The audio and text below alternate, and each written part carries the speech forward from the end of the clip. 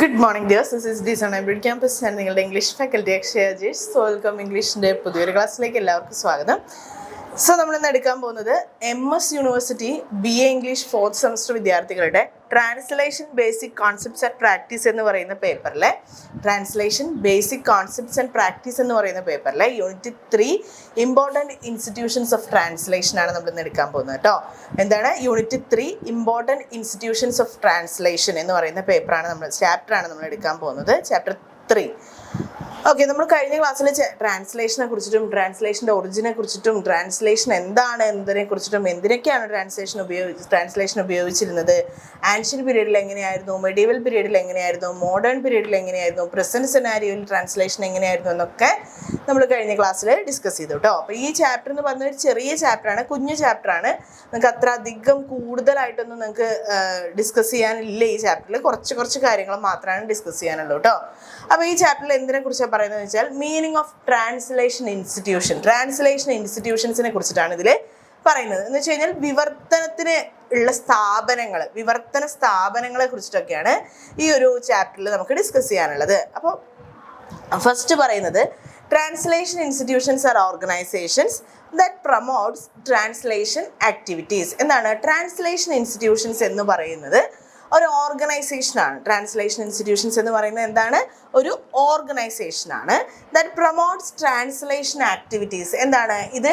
എന്തിനെയാണ് പ്രൊമോട്ട് ചെയ്യുന്നത്? Translation ആക്ടിവിറ്റീസിനെ promote ചെയ്യുന്നതാണ്. ഇറ്റ് മീൻസ് എന്താണ്? ട്രാൻസ്ലേഷൻ ഇൻസ്റ്റിറ്റ്യൂഷൻസ് എന്ന് പറയുന്നത് എന്താണ്?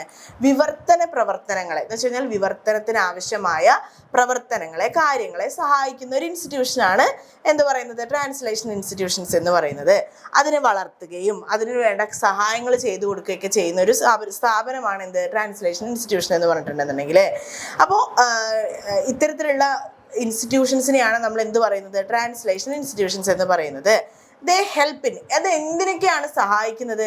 ഇപ്പോൾ ട്രാൻസ്ലേഷൻ ഇൻസ്റ്റിറ്റ്യൂഷൻ എന്ന് പറഞ്ഞാൽ നമുക്ക് മനസ്സിലായി ഒരു ബുക്ക്. അപ്പോൾ ആ ബുക്കിനെ ട്രാൻസ്ലേറ്റ് ചെയ്യണം മലയാളത്തിലേക്ക്. ഇംഗ്ലീഷിലുള്ള ഒരു ബുക്കാന്ന് വിചാരിക്കും, അതിനെ നമുക്ക് മലയാളത്തിലേക്ക് ട്രാൻസ്ലേറ്റ് ചെയ്യണം. അപ്പോൾ ഈ ട്രാൻസ്ലേഷൻ ഇൻസ്റ്റിറ്റ്യൂഷൻ എന്തിനൊക്കെയാണ് അപ്പോൾ അത് സഹായിക്കുക എന്നുള്ളൊരു ചോദ്യം നമ്മുടെ മനസ്സിലുണ്ടാവും അല്ലേ? എന്തിലൊക്കെയാണ് അവർ സഹായിക്കുന്നത് വെച്ചാൽ പബ്ലിഷിംഗ് ട്രാൻസ്ലേഷൻ വർക്ക്, ട്രാൻസ്ലേറ്റ് ചെയ്ത വർക്കുകൾ പബ്ലിഷ് ചെയ്യാൻ സഹായിക്കുന്നു അല്ലേ?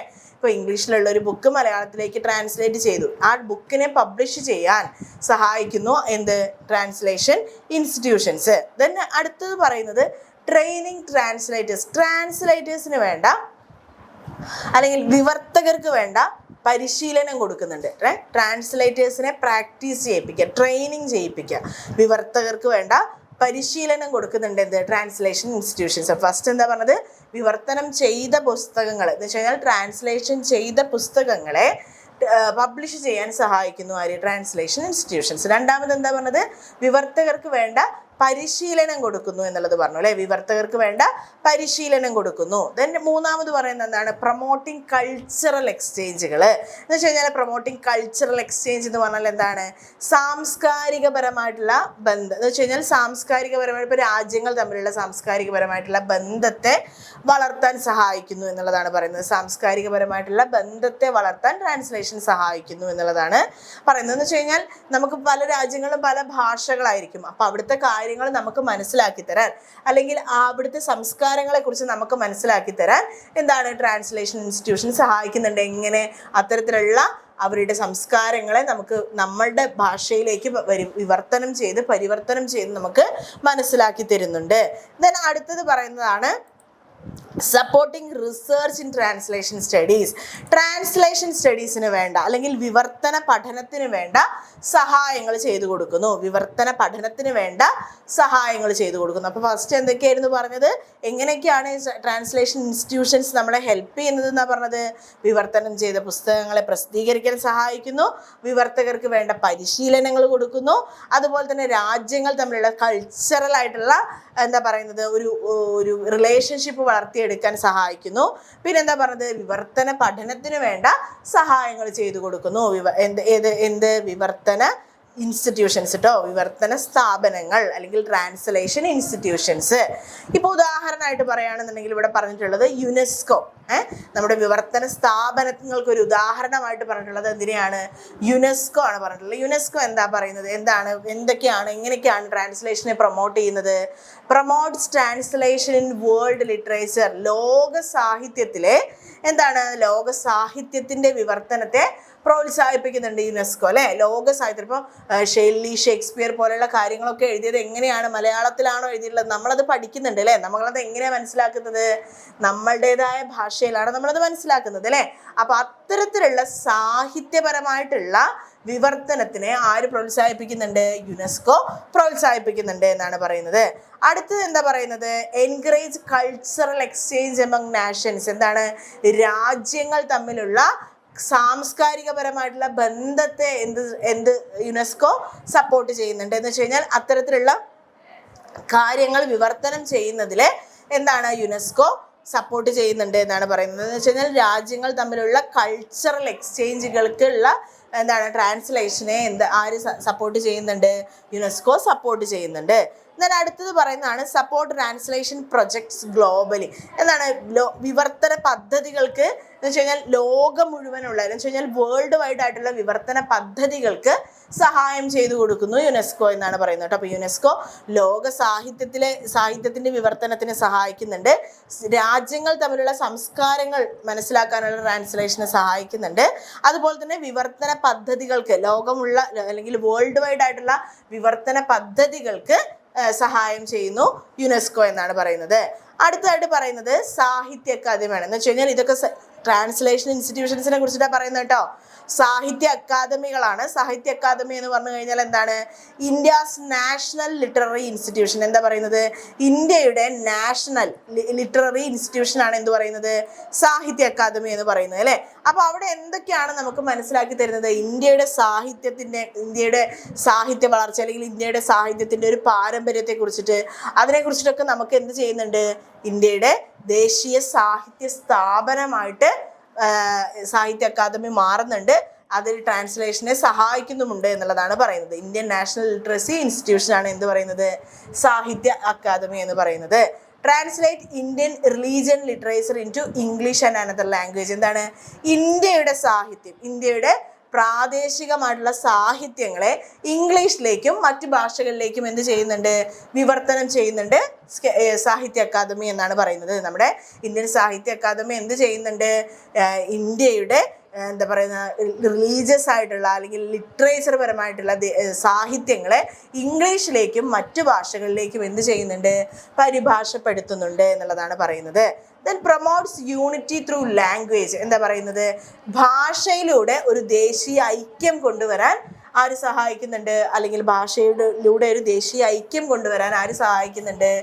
സാഹിത്യ അക്കാദമി സഹായിക്കുന്നുണ്ട്. അല്ലെങ്കിൽ സാഹിത്യ അക്കാദമിയുടെ ഒരു മോട്ടോ ആണത് എന്നുള്ളതാണ് പറയുന്നത്. അപ്പൊ സാഹിത്യ അക്കാദമി ഇന്ത്യയുടെ ദേശീയ സാഹിത്യ സ്ഥാപനമാണ് പറയുന്നത് സാഹിത്യ അക്കാദമി എന്ന് പറയുന്നത്. അപ്പോൾ സാഹിത്യ അക്കാദമി എങ്ങനെയാണ് സഹായിക്കുന്നത് ട്രാൻസ്ലേഷനെ?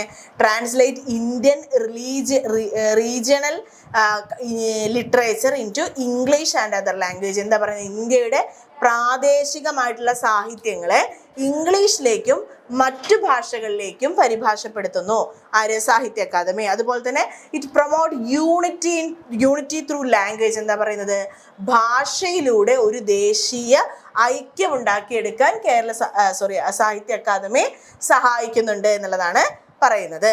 അടുത്തത് പറയുന്നതാണ് national book trust. National book trust എന്ന് പറയുന്നത് എന്തിനെയാണ് സഹായിക്കുന്നത്? എങ്ങനെയൊക്കെയാണ് ട്രാൻസ്ലേഷനെ സഹായിക്കുന്നത് എന്നുള്ള കാര്യം നമുക്കൊന്ന് നോക്കാം. അപ്പോൾ publishes translated book in Indian language. പറയുന്നത് ഇന്ത്യൻ ഭാഷകളിൽ വിവർത്തനം ചെയ്ത പുസ്തകങ്ങൾ പ്രസിദ്ധീകരിക്കുന്നു അല്ലെ.